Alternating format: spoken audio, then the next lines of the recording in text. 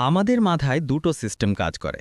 প্রথমটা হলো রেডিমেড আর দ্বিতীয়টি হলো চিন্তাভাবনা করা। রেডিমেড সিস্টেমটা কাজ করে চারিদিক থেকে পাওয়া ডেটার উপর। যেমন আপনাকে যদি কেউ জিজ্ঞাসা করে যে আপনার ফোনে কোন কোন অ্যাপ আছে, তাহলে আপনি অনায়াসে ২-৩টে নাম বলে দেবেন। কিন্তু মোবাইল খুলে দেখুন, তার থেকে বেশি অ্যাপ আছে। কিন্তু যে অ্যাপগুলো আপনি সবসময় ইউজ করেন, আপনার মাথার রেডিমেড সেকশন ওই অ্যাপগুলোকেই আপনার কাছে তুলে ধরেছে। আমাদের মাথায় এত অলস যে সে প্রথম সিস্টেম অর্থাৎ রেডিমেড সেকশনেই সব কাজ ছেড়ে ফেলতে চায়, দ্বিতীয় সেকশন অর্থাৎ চিন্তাভাবনায় যেতে চায় না।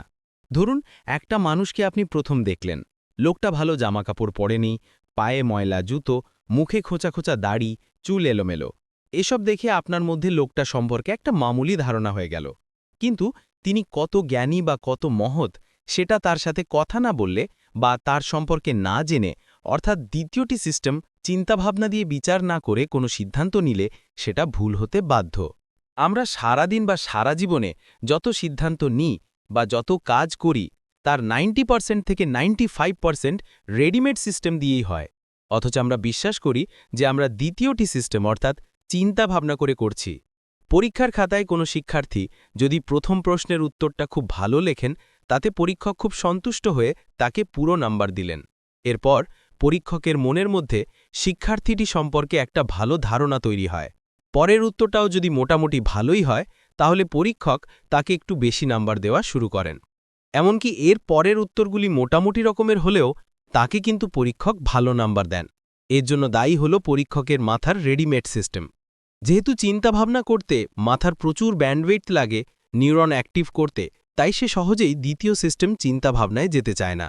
ধরুন আপনাকে হোটেলে খাওয়ার জন্য কেউ দাওয়াত দিয়েছে। হোটেলে আপনি দামি দামি খাবারগুলি খাবেন। তখন আপনার মাথায় আসবে না কোন খাবারগুলো স্বাস্থ্যসম্মত বা কোনগুলি খেলে শরীরে স্থূলতা বাড়বে।